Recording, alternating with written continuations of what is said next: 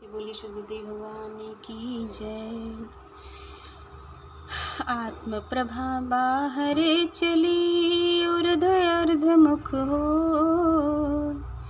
काश कसा प्रेम नीचे परा दृढ़ प्रवृत्ति गति सो।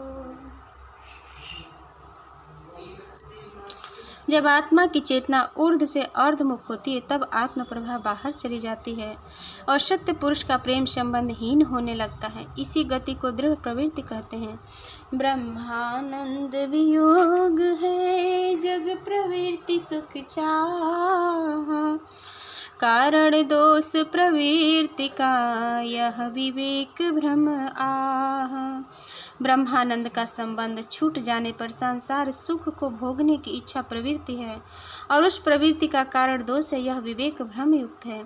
जड़ चेतन के योग में कारण दोष भनंत, शुद्ध रूप में नहीं बने अनुभव गमवद संत। जड़ चेतन के संबंध होने का कारण दोष है, यह दोष शुद्ध रूप में नहीं होता, यही संत मत का अनुभव गम्य सत्य सिद्धांत है। शुद्ध आत्म के पतन में मूल कारण सुख चाह, अन्य और कुछ है नहीं यह अल्पज्ञ प्रवाह। शुद्ध आत्मा के पतन होने में मूल कारण सुख की इच्छा है और पतन का दूसरा कोई कारण नहीं। यह अवस्था जीव के उसके अल्पज्ञ होने से होती है। मुक्ति में परमानंद को प्राप्त होते हुए दूसरे सुख की इच्छा करना अल्पज्ञता के सिवा दूसरा क्या है। प्रकृति आत्मा युक्त जो तीजा कारण रूप, जड़ चेतन मिली दूसरी प्रवृत्ति होय जड़ एहं। प्रकृति आत्मा युक्त जो तीजो कारण देह, जड़ चेतन मिली दूसरी प्रवृत्ति होय जड़ एहं।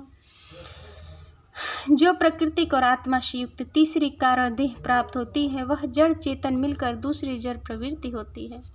कारण देह विकास से हो यह सूक्ष्म यह देह, स्थूल देह विस्तार में जानहि भेदिक एह।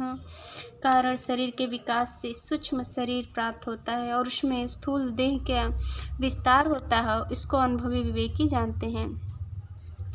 अभिमानी स्थूल का जब यह आत्म हो, प्रवृत्ति है तो यह दोष है शुद्ध आत्म नहीं सोय।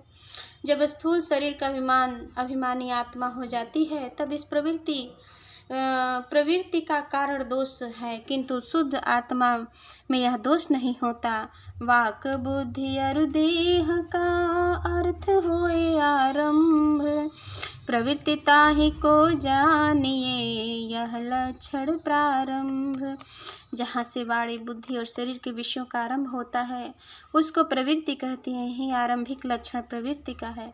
आत्मचेतना प्रकृति में फैले काम कर सो, यह संयुक्त प्रवृत्ति है तत्वदर्शी गम सो।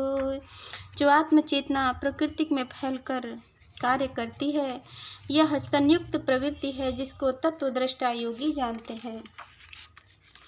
सारा देह संघात से अलग चेतना हो, निज स्वरूप स्थिर रहे यह प्रवृत्ति कह सो।